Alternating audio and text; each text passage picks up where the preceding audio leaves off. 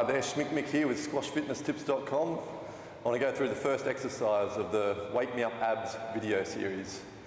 It's called Cat-Camel. Start off in a neutral position. From here, you're just going to feel your spine and gently arch it like a cat. And then feel your spine bending, flexing like a camel.